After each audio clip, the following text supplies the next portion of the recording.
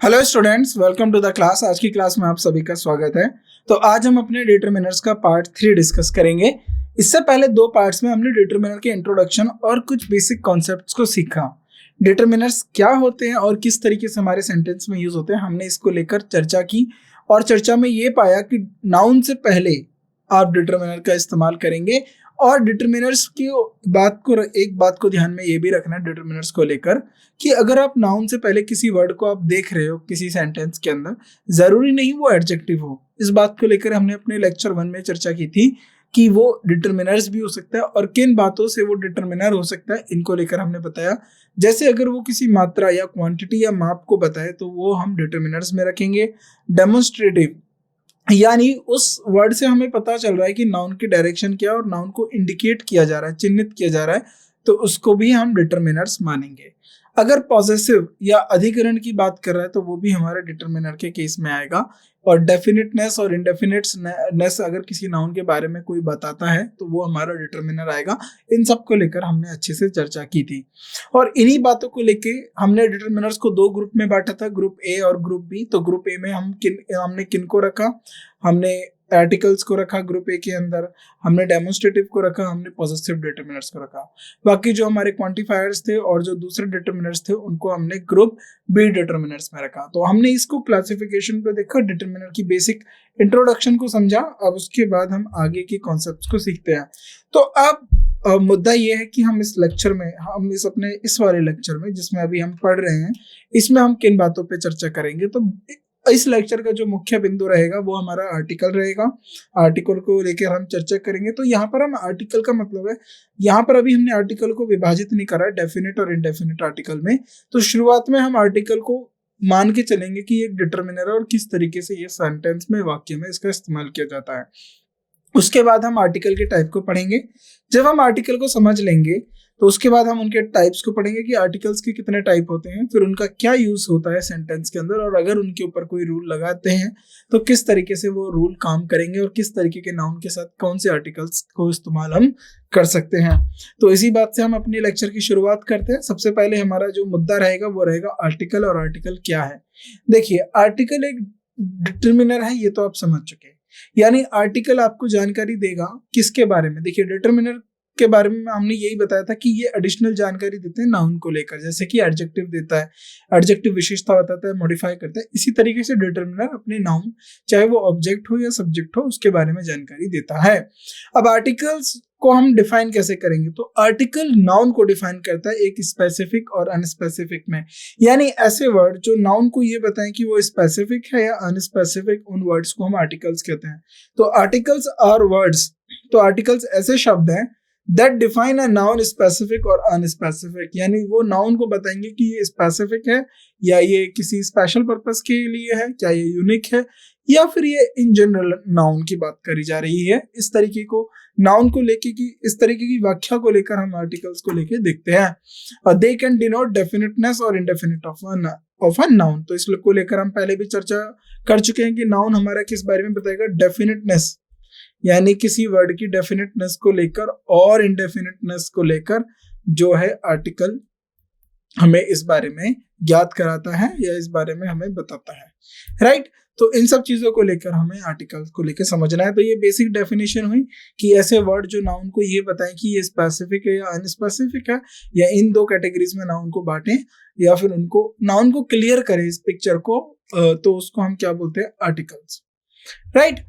अब आर्टिकल्स के टाइप कितने होते हैं? तो सबसे अब हम यहीं से शुरुआत करते हैं। यहाँ से हमारा जो मेन कॉन्सेप्ट है ये शुरू होता है। तो पहला जो टाइप होता है वो होता है हमारा डेफिनेट आर्टिकल। तो डेफिनेट आर्टिकल क्या होता है? देखिए, यहाँ पर हमने पिछले लेक्चरों के अंदर भी ये बात करी थी कि जब एक स्पीकर और लिसनर जब आपस में बातचीत करते हैं, कन्वर्सेशन करते हैं या वार्ता करते हैं, तो उनके बीच में बहुत सारी ऐसी बातें होती है जिनको लेकर स्पीकर जो बोल रहा है उन्हें लेकर लिसनर जानता है। अगर जिन बातों को लेकर लिसनर नहीं जानता तो उसके ऊपर और क्लियरिटी लिखता है। जैसे अगर आप किसी तरीके के इंटरव्यू या किसी तरीके की बातचीत को आपने देखा है, तो आपने देखा होगा कि बहुत सारी बातचीत के अंदर लिसनर कोई क्वेश्चन नहीं करता है अपने स्पीकर से, लेकिन किसी विषय पे ऊपर, किसी मुख्य बिंदु के ऊपर जो हमारा श्रोता है या जो हमारा लिसनर है वो वक्ता से पूछता है कुछ सवाल, तो वो जो सवाल पूछे जा रहे हैं इसका मतलब है कि वो चीज उसे क्लियर नहीं है, उसको वो क्लियर करने के लिए, उसको वो समझने के लिए, स्पष्ट करने के लिए सवाल पूछा करते हैं, राइट। अगर कोई चीज स्पष्ट हो जाती है स्पीकर को भी लेकर, और देखिए जब भी हम डेफिनेट की बात करेंगे तो इस बात पे थोड़ा सा गौर रखिएगा कि यहाँ पर किसी नाउन का डेफिनेट होना स्पीकर और लिसनर के ऊपर डिपेंड करता है। अगर वह नाउन, देखिए दुनिया में जो भी नाउन है वो हर एक के लिए डेफिनेट नहीं है और हर एक के लिए इंडेफिनेट नहीं है। किन्हीं के लिए वो चर्चित हो सकते हैं, किन्हीं के लिए वो नॉलेज में हो सकते हैं, किन्हीं को लेकर उन्हें जानकारी हो सकती है किसी को विषय को लेकर, लेकिन बहुत सारे ऐसे लोग हैं जिनको उस विषय में जानकारी नहीं होगी, तो वो उनके लिए इंडेफिनेट हो जाएंगे, राइट। तो लेकिन यहाँ पर हमें जो डेफिनेट देखना है वो हमें अपने सेंटेंस से देखना है कि अगर उस सेंटेंस में कोई नाउन दिया है, अगर उसके आगे दा हमारा लिखा हुआ है, तो जो उसको लेके चर्चा की जा रही है तो क्या ये नाउन के बारे में पहले ही बता दिया गया है। अगर बता दिया गया है तो उसको डेफिनेट है, अगर नहीं बताया गया है, इन जनरल उसे लिख दिया गया है, तो वो गलत है। तो स्पीकर और लिसनर या फिर जो राइटर और रीडर, उनको क्लियर होना चाहिए कि जब भी वो नाउन के साथ जिस नाउन को वो बताने की कोशिश कर रहे हैं, अगर वो उसको डेफिनेट बताने की कोशिश कर रहे हैं तो डेफिनेट उनको उन्हें क्लियर करना चाहिए या फिर उन्हें पता होना चाहिए जिस नाउन को लेकर वो चर्चा कर रहे हैं। और इस चीज को बताने के लिए, अब ये तो बात हो गई हमारे चर्चा या कन्वर्सेशन की बात, लेकिन लिखित तौर पे आप कैसे बताओगे कि कोई नाउन डेफिनेट है या इनडेफिनेट है। तो उसके लिए सबसे बढ़िया जो काम होता है वो ये काम करता है दा। अगर किसी नाउन से पहले दा लिखा गया है यानी वह नाउन डेफिनेट है, क्योंकि दा को हम एक डेफिनेट आर्टिकल की कैटेगरी में रखते हैं। तो अब यहां से रूल क्या बना, दा उनके साथ आएगा वो जो नाउन डेफिनेट होंगे। तो यहां से रूल समझ लीजिए, दा किसके साथ आएगा, डेफिनेट नाउन्स के साथ आएगा, जो नाउन डेफिनेट है, यानी डेफिनेट नाउन। अगर कोई नाउन डेफिनेट नहीं है और वो एक वचन या फिर मैं जिसको बोलूं सिंगुलर है, राइट, सिंगुलर काउंटेबल नाउन है और लेकिन वो डेफिनेट नहीं है, तो उनके आगे हम इनडेफिनेट आर्टिकल्स यूज करते हैं, ए और एन। ये तब आएंगे जब हम इनडेफिनेट या फिर हम जनरल सेंस की बात करें, जो नोन नहीं होता स्पीकर या लिसनर में से किसी एक के भी। अगर किसी एक के भी नोन नहीं है ना, तो भी हम उसको इनडेफिनेट आर्टिकल बोलेंगे या उसको हम इनडेफिनेट नाउन बोलेंगे। तो इस बात को लेकर यहाँ पर स्पष्ट की जाती है कि डेफिनेट और इनडेफिनेट क्या होता है। अब आगे बढ़ते हैं, तो यहाँ पर डिटेल ओवरव्यू लेते हैं डेफिनेट आर्टिकल का। तो यहाँ पर हमने पहले ही बता दिया था दो नाउन और या फिर नाउन फ्रेज। तो नाउन फ्रेज को मैं आपको समझा देता हूँ। देखिए नाउन जब आता है अपने साथ, एक आपने नाउन लिख दिया, अ गोल्डन वॉच। अब इसमें से अगर मैं बात करूं तो ये जो वॉच है, ये नाउन है। अगर मैं इस पूरे तीनों शब्दों को हाईलाइट करूं, इन तीनों शब्दों को मैं एक सिंगल एंटिटी मानूं, एक सिंगल यूनिट मानूं, तो मैं इसे क्या बोलूंगा। देखिए एक ग्रुप ऑफ वर्ड्स को हम बोलते हैं फ्रेज, राइट। अगर किसी ग्रुप ऑफ वर्ड्स के अंदर सब्जेक्ट हो जाए और सब्जेक्ट और वर्ब निकल रहा है तो वो हो जाती है क्लॉज। लेकिन किसी ग्रुप ऑफ वर्ड्स में ना कोई सब्जेक्ट है ना कोई वर्ब है, तो अगर इनमें से कोई एक है, एक नहीं है, वो हमारा क्या होता है, फ्रेज। और फ्रेज में दो या दो से ज्यादा शब्दों के ग्रुप को हम फ्रेज बोलते हैं। अब जो ये फ्रेज होता है इसका हम करते हैं नामकरण। नामकरण कैसे करा जाता है, यानी नोमेनक्लेचर कैसे दिया जाता है। अगर इसका जो मेन वर्ड है, यहाँ पर देखिए चर्चा किसके ऊपर बात हो रही है, वॉच के ऊपर, क्योंकि यहाँ पर हम बता रहे हैं कि यह एक गोल्डन वॉच है, सोने की वॉच है। तो यहाँ पर वॉच हमारा जो है व्यक्ति विशेष है, या फिर मैं बात करूं वॉच हमारा जो है यहाँ पर मेन वर्ड है। तो जो मेन वर्ड का पार्ट्स ऑफ स्पीच निकल के आएगा वही हमारा फ्रेज का नाम होगा। तो यहाँ पर वॉच क्या होता है, एक नाउन होता है, तो इसीलिए इस फ्रेज को हमने बोला नाउन फ्रेज। तो दा किसको रेफर करेगा, दा स्पेसिफिक नाउन या स्पेसिफिक नाउन फ्रेज को रेफर करेगा जो कि नोन यानी जानकारी में रहेगा, या जिसके बारे में जानकारी स्पीकर और लिसनर दोनों को रहेगी। ये चीज आप याद रख के चलेंगे। नाउ आगे एग्जांपल के तौर पे, the sun rises in the east. अब इस बात को समझिए, अगर ये बात मैं आपसे भी कहता हूं the sun rises in the east, पहली बात तो ये यूनिवर्सल फैक्ट है, और दूसरा समझिए इस दुनिया में या फिर इस ब्रह्मांड की बात करते हैं, दुनिया में नहीं, इस ब्रह्मांड की बात करते हैं, यूनिवर्स की बात करते हैं, तो खरबों तारे हैं यानी स्टार्स। लेकिन क्या आप सब तारों को सन बोलते हो? नहीं बोलते हो। हमने अपने सौर मंडल, सोलर सिस्टम के जो स्टार है, यानी जो हमारा सोलर सिस्टम का जो तारा है जिसे हम सन बोलते हैं, तो हमने अपने सोलर सिस्टम के स्टार का नाम सन रखा हुआ है। और यहाँ ये जो बात है कि सन किसकी बात करें, सन क्या है, तो यहाँ पर हर एक व्यक्ति को पता है, प्रत्येक को जानकारी है कि सन क्या होता है। अगर आपको यह जानकारी है सन क्या होता है, तो सन मेरे लिए भी डेफिनेट हो गया, आपके लिए भी डेफिनेट है। अब आपको बात करते हैं कि सन कहाँ से उगता है।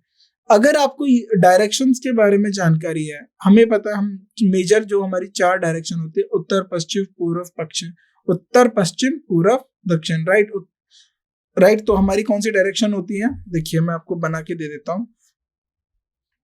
पूर्व, पश्चिम, उत्तर, दक्षिण। तो पूर्व हम किसको बोलते हैं? ईस्ट को। पश्चिम हम किसको बोलते हैं? वेस्ट को।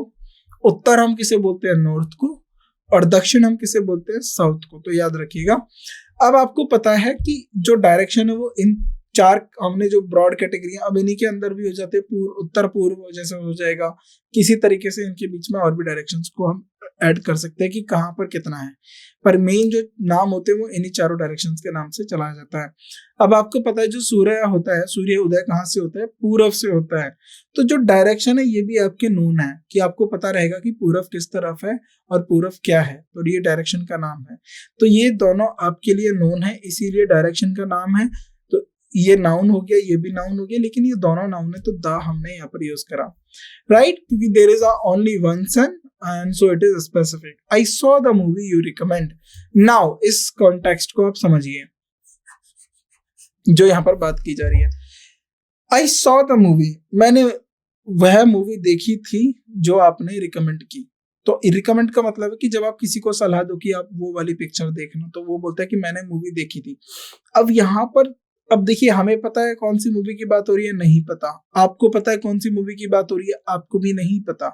लेकिन जिसने ये सेंटेंस बोला है अपनी ऑडियंस को, यानी जिसने जो स्पीकर रहा है और ये जो लिसनर जो इस सेंटेंस को सुनने के लिए था वहां पर, उन दोनों को पता था कि इस मूवी को लेके चर्चा की जा रही है, राइट। तो अब आप देखिए, आई सॉ द मूवी, मैंने मूवी देखी थी, यू रिकमेंड, जो मैंने कौन सी मूवी देखी। अब यहाँ पर मूवी को लेके उन्होंने थोड़ा सा और डिस्क्रिप्शन दिया, यू रिकमेंड, यू रिकमेंडेड, जो मूवी आपने रिकमेंडेड की थी, जो मूवी के बारे में आपने जानकारी दी थी, मैंने वही मूवी देखी। यानी हमारे लिसनर को पता होगा कि कौन सी मूवी उसने रिकमेंड की थी स्पीकर को, और उस स्पीकर ने उसी मूवी को देखा है, इसीलिए यह मूवी जो है डेफिनेट हो गई, क्योंकि ये स्पीकर को भी जानकारी है इस मूवी के बारे में और लिसनर के को भी जानकारी है, क्योंकि ऑलरेडी ये इस पे डिस्कस कर चुके हैं, इसको लेकर ये बातचीत कर चुके हैं, तो इसीलिए यहाँ पर जो मूवी है डेफिनेट है।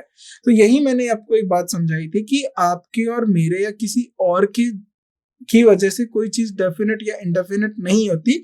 जहां पर बातचीत हो रही है और जो दो लोग बातचीत कर रहे हैं, उनको क्या उस जो नाउन को जिसका जिक्र वो कर रहे हैं, उस नाउन के बारे में उनको जानकारी है, क्या वो नाउन उनके डेफिनेट और इनडेफिनेट है। अगर है तो दा लगेगा, अगर नहीं है तो ए और एन का इस्तेमाल किया जाएगा। तो both the speaker and the listener know which movie is being discussed. Now next, it can also use with, ये सिंगुलर के साथ यूज किया जा सकता है, ये प्लूरल के साथ, यानी इट कैन, इट यहाँ पर कौन किसकी बात हो रही है, द। जो द है वो सिंगुलर के साथ यूज किया जा सकता है, यानी singular noun, plural noun, countable noun और अनकाउंटेबल नाउन। तो इनमें से कोई भी नाउन हो, हर एक के साथ द यूज किया जा सकता है। जैसे द बुक, अब ये सिंगुलर हो गया, द बुक्स ये प्लूरल हो गया, right. The water uncountable noun हो गया, राइट। आगे बढ़ते हैं। नाउ अब बात आती है इनडेफिनिट आर्टिकल्स की। तो इनडेफिनिट आर्टिकल्स हमारे दो होते हैं, ए और एन, राइट। सो ये हमारे नॉन स्पेसिफिक नाउन और नॉन स्पेसिफिक नाउन फ्रेज को डिस्कस रेफर करने के लिए यूज किए जाते हैं। जैसे द हमारा स्पेसिफिक नाउन को रेफर करने के लिए यूज किया जा रहा था, ए और एन हमारे नॉन स्पेसिफिक नाउन और नाउन फ्रेज को रेफर करने के लिए यूज किए जाते हैं। ए ए का देखिए, a is a weaker form of an. आप ये समझ लीजिए, a is a weaker form of an, weaker form of one, not an. A is a weaker form of one. तो जो ए होता है वो वीकर फॉर्म ऑफ वन होता है, यानी वन की जगह हम ए भी यूज कर सकते हैं। आ बनाना, एक केले की बात करें, आ एप्पल, एक केले की बात, एक सेब की बात करें, तो वन एप्पल, वन बनाना की जगह हम आ बनाना, आ एप्पल यूज कर सकते हैं। सो अब देखिए आ किसके लिए, अब देखिए आ एप्पल तो यूज करोगे नहीं, अब यही तो आपको गलती पकड़नी थी। ए के साथ तो आपने बनाना यूज कर लिया। अब आपने गलती कहां पर कर दी, जब मैंने आपको बोला ए एप्पल, गलत। अगर ए आपका वीकर फॉर्म बताता है वन की, तो एन भी तो आपका वीकर फॉर्म बताएगा वन की, लेकिन ये इस्तेमाल कहाँ होगा, जहां पर वोवल साउंड आएगा। तो एप्पल में वोवल साउंड आता है तो ये होगा एन एप्पल। इसका मतलब भी होगा one banana,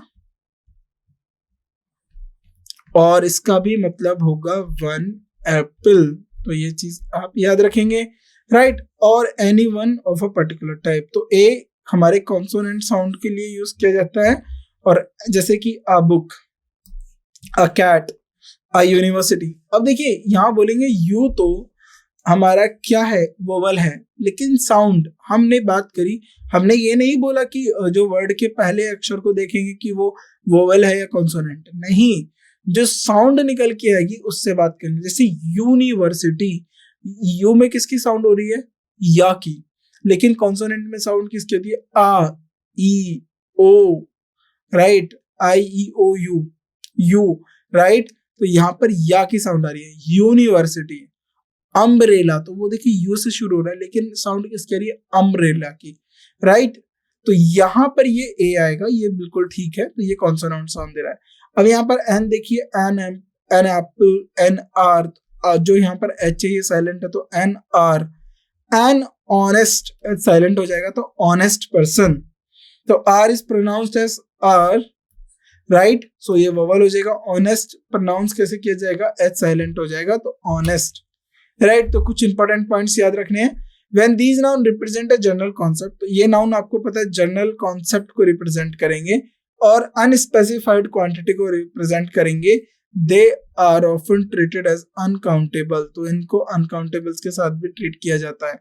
as a result they don't take any definite article, तो जो उनके साथ ए और एन नहीं आएगा अगर हम अनकाउंटेबल को लेकर बात कर रहे हैं तो, राइट।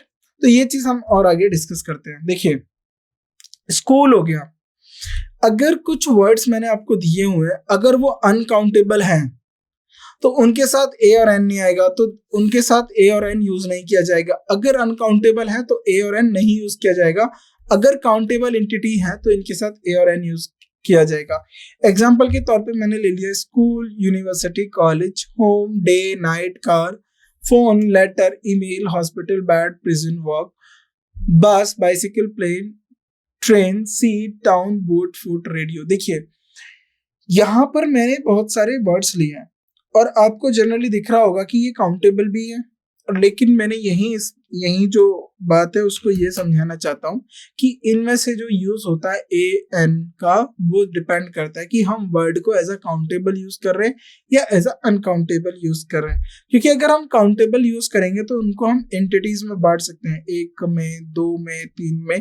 तो ए के लिए, एक सिंगल एंटिटी के लिए हम आ और एन यूज कर सकते हैं एज पर द साउंड, जैसी वो आवाज करेंगे, राइट। एक एक को समझते हैं। नाउ हम स्कूल से बात करते हैं। अनकाउंटेबल कैसे होगा, school is important for a child's development. तो यहाँ पर हर एक स्कूल की बात करी गई है कि जो हर एक स्कूल है, जो कोई भी दुनिया में स्कूल रहा होता है, वो चाइल्ड के डेवलपमेंट को लेके बात करता है। तो यहाँ पर कोई स्पेसिफिक स्कूल को लेके बात नहीं करी गई है कि कोई अच्छा स्कूल XYZ स्कूल अच्छा रहेगा आपके चाइल्ड के डेवलपमेंट के लिए, नहीं। यहाँ इस वर्ल्ड में जितने भी स्कूल में हैं उनको लेकर बात करी जा रही है, और यहाँ पर स्कूल के फंक्शन को लेकर बात की जा रही है कि स्कूल की इंपॉर्टेंस क्यों हो जाती है चाइल्ड के डेवलपमेंट के लिए, राइट। तो यहाँ पर अनकाउंटेबल है, राइट। अब देखिए, अब आप बात कर रहे हो कि मेरे डिस्ट्रिक्ट में 50 स्कूल है, मेरे नेबर में 3 स्कूल है, तो अब आप स्कूल को जनरल बात नहीं कर रहे हो, अब आप स्कूल को काउंट करके बात कर रहे हो, राइट। तो यहाँ पर काउंटेबल आ गया क्योंकि आपने वो स्कूल को लिंक कर दिया कि 3 स्कूल है, 4 स्कूल है, 5 स्कूल है, कौन से स्कूल की बात कर रहे हो, तो आपने उस तरीके की डायरेक्शन दे दी है। तो यहाँ पर इस तरीके से ये जो है काउंटेबल हो जाएगा। तो इसीलिए यहाँ पर इसका प्लूरल फॉर्म हो गया और 3 यहाँ पर क्वांटिफायर हमने यूज कर लिया। अगर हम बात करें यूनिवर्सिटी को लेके, university is not for everyone, तो जो यूनिवर्सिटी है, अब यहाँ पर प्रत्येक यूनिवर्सिटी की बात हो रही है इस दुनिया में जितनी भी यूनिवर्सिटी हैं, तो university is not for everyone का मतलब है कि जो मेहनत करेगा यूनिवर्सिटी में उसी को एडमिशन मिलेगा, जो नहीं करेगा उसे नहीं मिलेगा। तो यहाँ पर यूनिवर्सिटी को लेकर बात की जा रही है, राइट। तो यहाँ पर एक इंडिविजुअली किसी यूनिवर्सिटी को लेकर बात नहीं कर रही कि वो यूनिवर्सिटी अच्छी है या वो पर्टिकुलर यूनिवर्सिटी किसी हर एक के लिए नहीं है। यहाँ पर उनकी बात करी जा रही है, जो पढ़ेंगे वो यूनिवर्सिटी जाएंगे, जो नहीं पढ़ेंगे वो नहीं जाएंगे। सो ही अटेंडेड 2 यूनिवर्सिटीज ऑलरेडी। तो यहाँ पर क्या बात हो रही है, यहाँ पर यूनिवर्सिटीज को स्पेसिफिक कर दिया गया। क्या स्पेसिफिक? दा वाला स्पेसिफिक नहीं, यहाँ पर इसे काउंटेबल बता दिया गया क्योंकि मान लीजिए वो पहले किसी और एक्स यूनिवर्सिटी में पढ़ा होगा, अब वो वाई यूनिवर्सिटी में पढ़ रहा है, तो ये बताया जा रहा है कि ये पहले ही 2 यूनिवर्सिटी अटेंड कर चुका है। Same goes to college, going to college can open up universities. तो कॉलेज जाने से बहुत सारी अपॉर्चुनिटीज खुल सकती है और इसको काउंटेबल के लिए she deciding between 4 colleges, right. तो वो 4 कॉलेजों के बीच में किसी एक का चुनाव करेगी। Home, there is no place like home, right. तो यहाँ प्लेस और होम को लेकर बात की जा रही है, अनकाउंटेबल है, तो ये हर एक के लिए कि घर जैसा कोई जगह है ही नहीं। We visited 3 homes before choosing one. Day and night are opposites, right. It rain for 2 days straight. तो यहाँ पर देख रहे हो आप, अगर आप अनकाउंटेबल है तो इनके साथ कुछ भी यूज नहीं हो रहा है।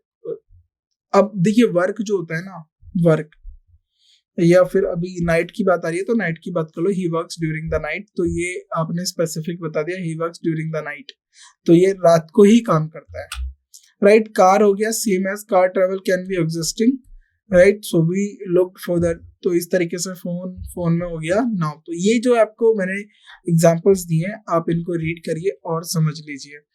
अब जो वर्क है, मुद्दा यहाँ पर आता है वर्क। वर्क अपने आप में अनकाउंटेबल होता है। जैसे शी हैज शोकेड हर वर्क्स, तो यहाँ पर हर वर्क्स जो है ना और यहाँ पर जो वर्क है, दोनों में अंतर है। उसने अपना काम शोकेस किया सेवरल एग्जीबिशन में, तो उसने काम का मतलब है वहां पर उसने अपनी पेंटिंग्स, अपनी आर्ट को शोकेस किया, यहाँ पर ये काम का मतलब है। तो एग्जीबिशन अगर किसी पेंटिंग का है तो यहाँ पर इसका मतलब पेंटिंग्स हो सकता है, आर्ट्स हो सकता है, या स्कल्पचर हो सकता है। तो किसी भी तरीके का उसने जो काम किया है और उस काम को उसने एज अ पेंटिंग, जैसे पेंटिंग बनाना एक काम है बट पेंटिंग एक नाउन है, राइट। तो यहाँ पर वो इस तरीके से रिलेट कर रहा है वर्क। लेकिन वर्क एक अनकाउंटेबल नाउन होता है। आप ऐसे नहीं बोल सकते आपने 1 काम किया, 2 काम किया, 3 काम किया। तो आप क्या करते हो, आप पीसेस ऑफ वर्क करते हो या फिर अ लॉट ऑफ, जैसे बहुत सारा काम किया तो उसके लिए a lot of work, right. तो इस तरीके से आप वर्क को यूज करोगे क्योंकि वर्क जो होता है वो हमारा अनकाउंटेबल होता है। तो यहाँ ये मत समझना कि जो ये ए आया है वो वर्क के लिए आया है, बिल्कुल गलत है। यहाँ पर ए जो है लॉट के लिए, a lot of work, right, to do. Now bus transport is convenient, तो यहाँ पर बस ट्रांसपोर्ट की बात की जा रही है, राइट। सो ये हमारे कुछ जो हमने टॉपिक्स थे वो इस तरीके से डिस्कस किए। नाउ अब कुछ होते हैं हमारे double noun expressions, right. Double noun expressions ऐसे होते हैं जो हमारे प्रीपोजिशन के द्वारा जोड़ दिए जाते हैं, तो उनके लिए जनरली हमें आर्टिकल्स की जरूरत नहीं होती है। तो याद रखेंगे डबल नाउन एक्सप्रेशंस स्पेशली जिनको हम प्रीपोजिशंस के द्वारा लिंक करते हैं उन्हें आर्टिकल्स की जरूरत नहीं होती है, राइट। सो ये यूनिवर्सली नहीं है कि आपने ये चीज याद रख ली और यूनिवर्सली अप्लाई कर दिया। किसी स्पेसिफिक कॉन्टेक्स्ट के अंदर आप आर्टिकल यूज कर सकते हो। तो यहाँ पर मेंशन ऑलरेडी कर दिया है, the need for an article depend upon the specific context and intended meaning. For example arm in arm, तो ये जो है हमारा प्रीपोजिशन के साथ हमने जोड़ दिया arm in an arm, inch by inch, right, with knife and fork, day after day, on land and sea, from top to bottom. तो देखिए हर एक नाउन को हमने प्रीपोजिशन के साथ लिंक कर दिया है। तो जनरली क्या होता है जब कोई 2 नाउन डबल नाउन की हम बात कर रहे हैं, तो डबल नाउन को आप लिंक करते हो तो उसमें से आपको हर वक्त जो है आर्टिकल्स की यूज करने की जरूरत नहीं होती है, आप बिना आर्टिकल्स के भी काम कर सकते हो। जैसे नाउन विद प्रीपोजिशन, जैसे फादर इन लॉ, ये भी एक नाउन है, father in law, my father in law is coming to visit. तो ये आपको नाउन में स्पेसिफिकली पढ़ना है कि फादर इन लॉ में से हम कौन सा जो है मेन नाउन मानते हैं जिसके अकॉर्डिंग हमारा सिंगुलर प्लूरल बनता है। तो ये जो विषय है ये हमारा नाउन का हो जाएगा, लेकिन अभी हमें जो फोकस करना है वो करना है डिटरमिनर और डिटरमिनर के यूज पे।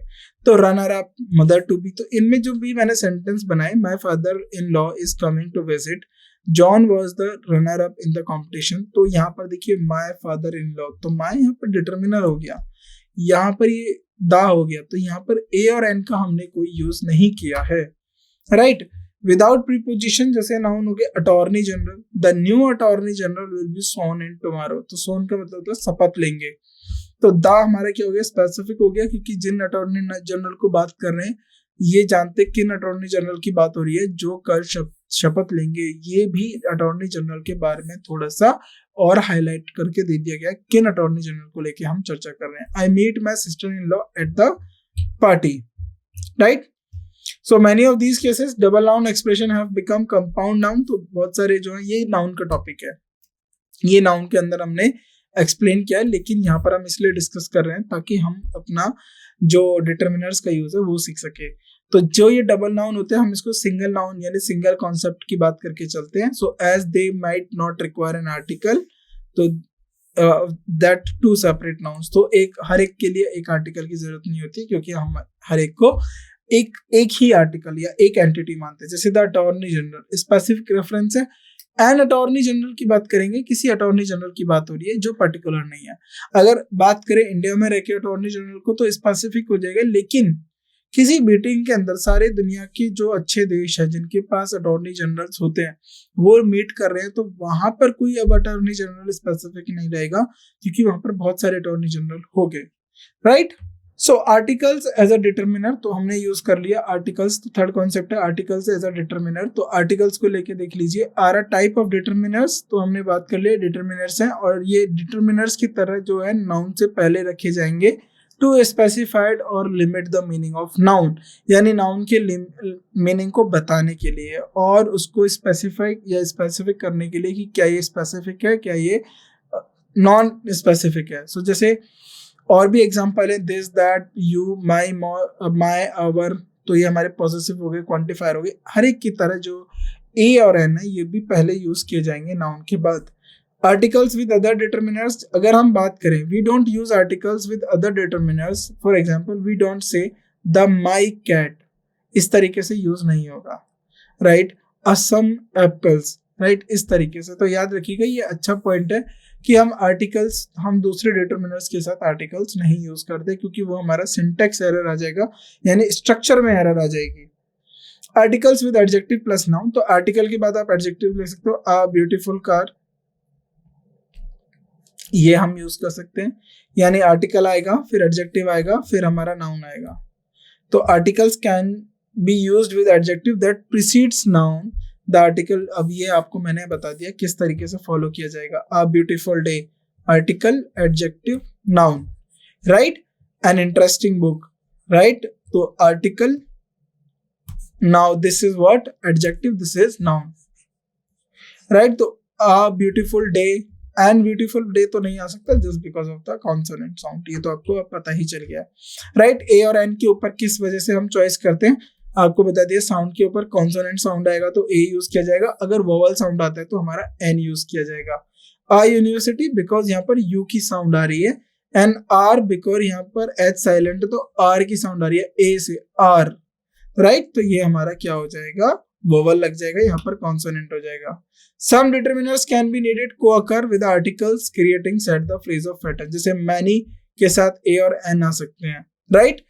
जैसे दिस इज समवॉट पोएटिक, और ये फॉर्मल वे हो जाता है किसी चीज को एम्फसाइज करने के लिए हर एक इंडिविजुअल को लेकर with in the larger group की बात करें, जैसे many a man has tired and field, तो यानी बहुत सारे लोगों की बात करी जा रही है और हम हर एक इंडिविजुअल को क्या कर रहे हैं, एम्फसाइज कर रहे हैं कि जो हर एक व्यक्ति की बात की जा रही है पूरे ग्रुप में जो थक चुके थे और फेल हो गए थे। राइट, अ फ्यू और द फ्यू, देखिए अ फ्यू का मतलब जब भी यूज करोगे आप एक पॉजिटिव मीनिंग होता है, यानी ये बताएगा कि कुछ तो क्वांटिटी है, देयर इज सम सिग्निफिकेंट और इनफ क्वांटिटी। अगर आपने लिख दिया फ्यू, फ्यू मतलब होता है नेग्लिजिबल, बिल्कुल ना के बराबर की जब बात करी जाएगी तब हम फ्यू लिखते हैं, लेकिन आ फ्यू का मतलब होता है कुछ, कोई जो भी क्वांटिटी की बात की जा रही है वो सिग्निफिकेंट है और इनफ है। तो I have a few apples left, यानी कुछ तो एप्पल्स उसके पास छूटे हुए हैं। और जो द फ्यू होता है वो smaller group with a larger one के साथ होता है, जैसे the apples that remained were rotten, जो एप्पल्स थे बड़े ग्रुप में से जो 2 एप्पल्स थे वो क्या हो गए, खराब हो गए, यानी रिमेन्ड वर रोटन। जैसे the often contrast a smaller group with a larger group, तो ये स्मॉलर ग्रुप किसी लार्जर ग्रुप के साथ कॉन्ट्रास्ट करता है, वहां पर हम द का यूज करते हैं।